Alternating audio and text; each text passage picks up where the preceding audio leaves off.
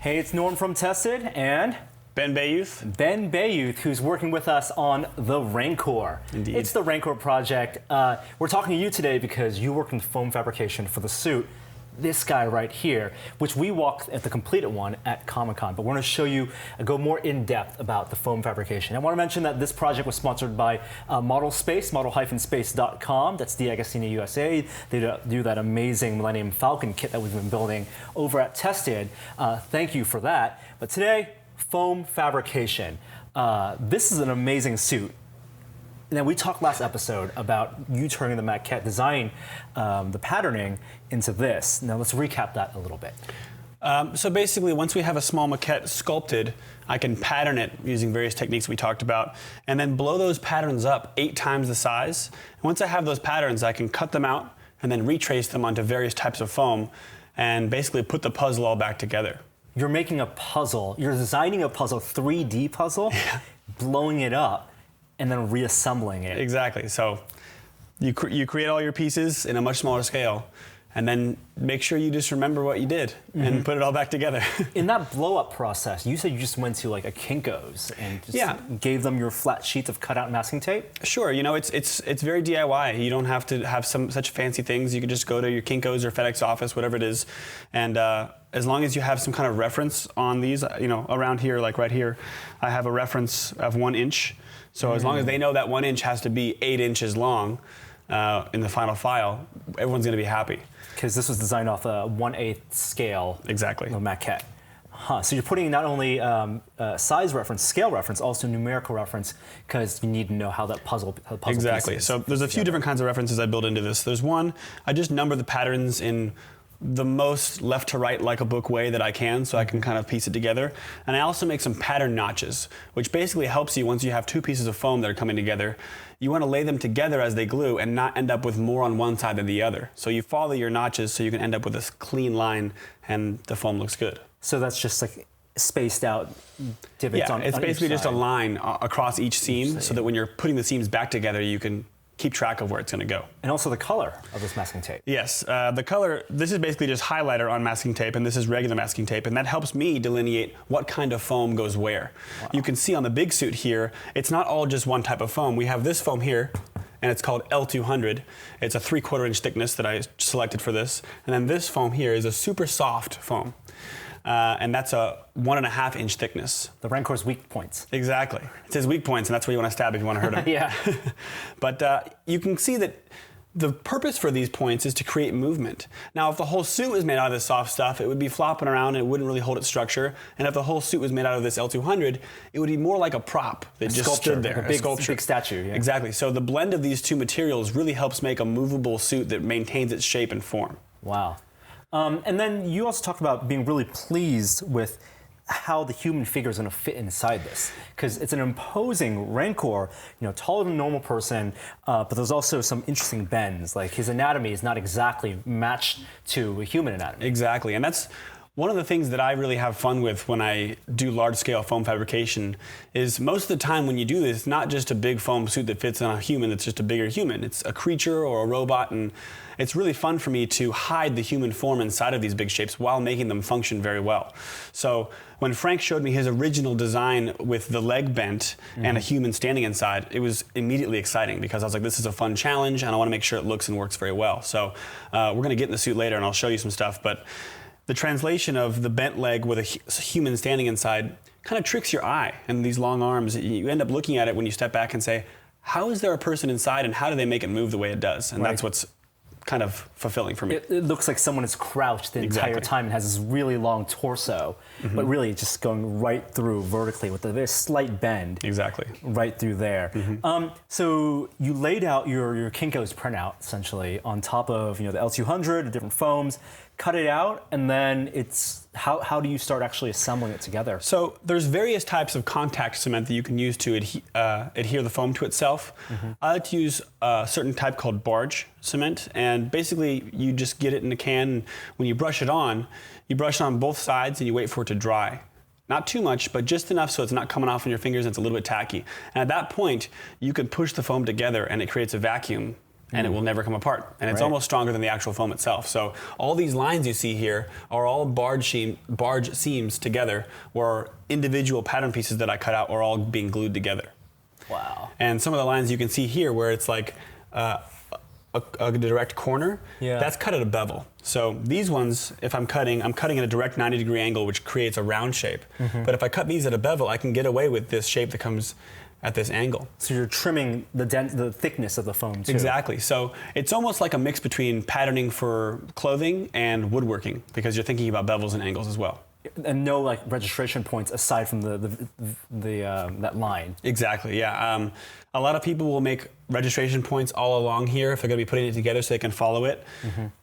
I am pretty good at like eyeballing stuff and making sure that my ends aren't going to end up off, because if you have a curve on one piece of foam that's going this way, another curve going that way, and they want to come together, it's pretty easy to let one piece of foam beat the other in the race, and you're going to end up with something that's uneven. So as long as you can keep track of that, you're going to end up with a nice glued piece. Can we talk about the internal structure and how the person actually wears this? Yes. So inside of this guy, we have kind of like a hiking backpack that usually has some storage space on it. We take the backpack part off, and now you're left with a frame and straps that can buckle in the front and buckle around your waist. And that's perfect for us to build an aluminum structure that bolts to it. So with some aluminum flat bar you can pick up at a hardware store like Home Depot or Orchard Supply Hardware, I like to use the 1/2 inch by 1/8 inch thickness. It's pretty easy to kind of just put it inside and figure out the measurements and drill your holes and bolt it together with some simple screws and nylock nuts. Wow. And once you have that, your backpack basically floats inside of this suit at an exact height and depth, and that keeps the performer at the same place inside the suit as well. So they have ultimate control. Is that just for the top half, or is there also structure on the bottom half? It's for the top half only. The bottom half, what's nice about that is not only do we have Velcro, which keeps these two pieces together, but there are actually 3-prong buckles on the inside that really take the brunt of the weight, and the Velcro keeps things from sliding. And in the shoes, we have some Vans slip-on shoes, or not even Vans, it's just a regular slip-on shoe that we've glued into the bottom. And by gluing that in, your feet aren't just floating inside of this larger Rancor foot. They can really like control where the feet are. And so you have this ultimate leg control because of where your feet are planted. And then the waist is snapped and Velcroed to the upper torso, which is attached to your shoulders. And so you basically end up with a suit that creates a direct translation of what your body movements are with no loss. Now, I saw you doing some cutting on the lighter density foam. What's that for? So the foam does have some stretch to it, but not that much. So by doing some like horizontal cuts, kind of like brickwork, you have 2 cuts here and then another cut below that that intersects somewhere half between the other two, all the way down, you allow for a much more of a stretch, which I can show you. And it's also not going to rip because it creates no weak points. So all these little cuts together are all like a team working together to create more movement, and it's really a great payoff when you're asking for something to stretch a lot and Turn it return. into like a foam mesh. Exactly, foam mesh that can return and stretch as much as you'd like it to. Wow. How much does this whole thing weigh? I would say this whole thing is maybe 25, 30 pounds. Okay. Which is pretty unbelievable for its Not size. bad. Yeah. So if you go backpacking, you don't want 25, 30 pounds. It's on the heavier side. You want about 1/4 of your weight. Yeah. Carrying it, so not bad. You can get around this. It's almost like having your school books in your backpack. You know what I mean? Oh my goodness. On a heavy day. So Ben, you talk about the shoes, you talk about the frame. The head is something we're going to work on later, but also arm movement. What are you doing for the arms? Well, as you can see, these arms are much longer than my arms are. Yeah. And in fact, when I wear the suit, or anyone wear the suit, their hands come to about where the elbow is. And so that means that I have a wrist, an elbow, and a shoulder before I even get to the first main joint besides the shoulder, Yeah. And so to recreate that movement, I've created over here a couple of mechanisms that basically have a simple bicycle brake on it with a cable that runs through, and it pulls this pulley with a spring that retracts it. And so later on, we're going to add a hand disc to that, and here's just something to illustrate that. If this were maybe a hand disc or some fingers, you could see how well it translates that movement. Right. It's going to be moving around. So if I'm going to hold that suit like this, and I have the hands down there, the elbow of the creature is actually going to be my wrist, and the shoulder will be the same. So I'm going to lose the elbow movement of my own, and then I can be able to do things like this and move the wrist and bend it. And And you can actually do some turning. exactly. You can get all kinds of movement that again, will leave people asking, how is there a guy in there making this happen? Oh, that's so awesome. Well, that's amazing. We haven't seen foam fabrication like this before. It's basically what people use for like costumes for parade floats or theme parks. It's the same design. And you know, so much of this is used in so many different commercial and TV and movie applications, but you never really see it because often it's underneath the skin, like it will be in this case. Right. So it's kind of cool to be able to see this suit at this stage in the game because it's interesting to see how it all comes together. Well, I'd love to see how it actually moves, so let's get someone in this. Stay tuned. When we come back, we're going to get in this suit and show you the movement and some of the functionality.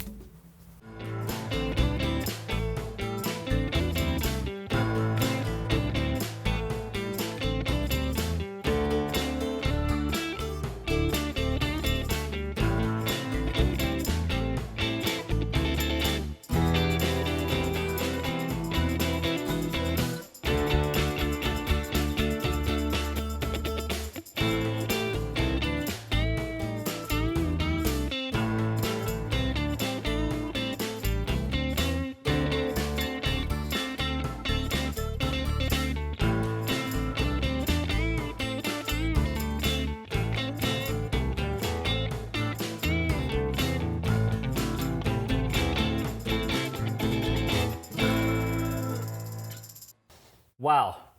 Ben, you're in the Rancor. I am the Rancor. You are the Rancor, that's right. That actually did not take long for you to get in at all. Yeah, about 3 minutes. Most of it was actually getting the clasp inside. What people can't see right now is that you are strapped in multiple places to the backpack. Yeah, you can see how even if I sway a little bit, we're not losing any movement from my body. I'm not swimming around inside the suit at all. I can really get some nice movement out of the way that it works, and yeah, it's nice. Let's show the mobility. Like, for example, that hand right there, where you made those cuts, that's how you can actually move the hand. You can start seeing how that starts to like really pay off. All those slits really start to pay off. Right, right.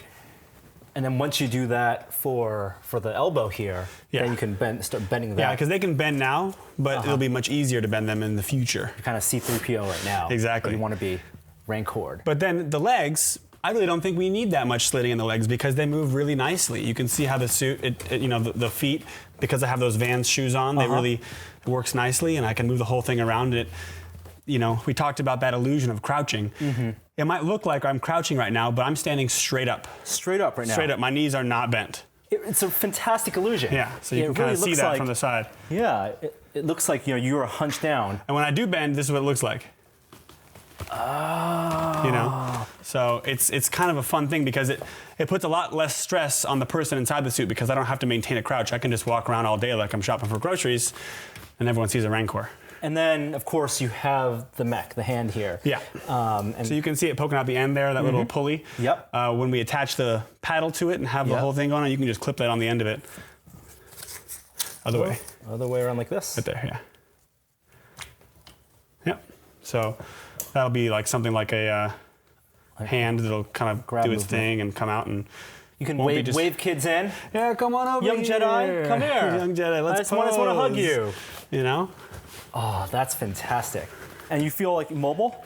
Oh, totally mobile, yeah. The feet are really nice because they're directly connected to those slip-on shoes, and so it really translates all my stepping nicely. Okay. And then the backpack keeps it attached to me. Wow, that's fantastic. And then this is still not at full functionality yet. You're going to do a little more adjustments. Of course, one thing we haven't talked about is the head. Yes. Now, that's going to come in the next episode because it's going to be a full sculpt that Frank is going to sculpt. But you've also designed, you designed a way for the head to have some articulation. Yeah, exactly. If you want to grab these from me, I'll show you. So if I pull my arms out of the arms, they just float there. I can kind of show you this head mechanism. So we have a left and right, and an up and down. And this is a universal hollow gimbal, is what I would call it, because it goes every way. And it allows for space in the inside here so that we can have the Rancor head and the camera that we're going to put in go straight through. So we're not losing any space by having some kind of flat surface with a universal joint mounted to the center. Keeping it hollow is nice. Now, how does that movement map to your actual head movement? So what we're going to do is I'll get kind of like the ring that goes inside of a welder's mask. I'll put that around the head. And then on the sides, where my ears are, kind of like horse reins, will go to each side here. So when I turn my head, the Rancor turns its head, and much of the same for the up and down. So it's a direct translation. It really helps puppeteer the whole costume. Wow, you really are thinking of the costume as a puppet.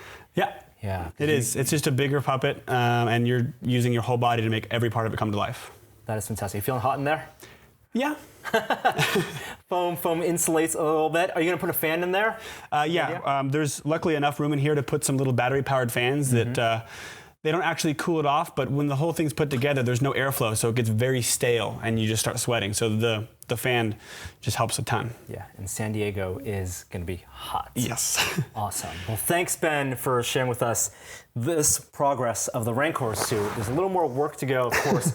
You've seen it walking at Comic-Con, hopefully perfectly at Comic-Con.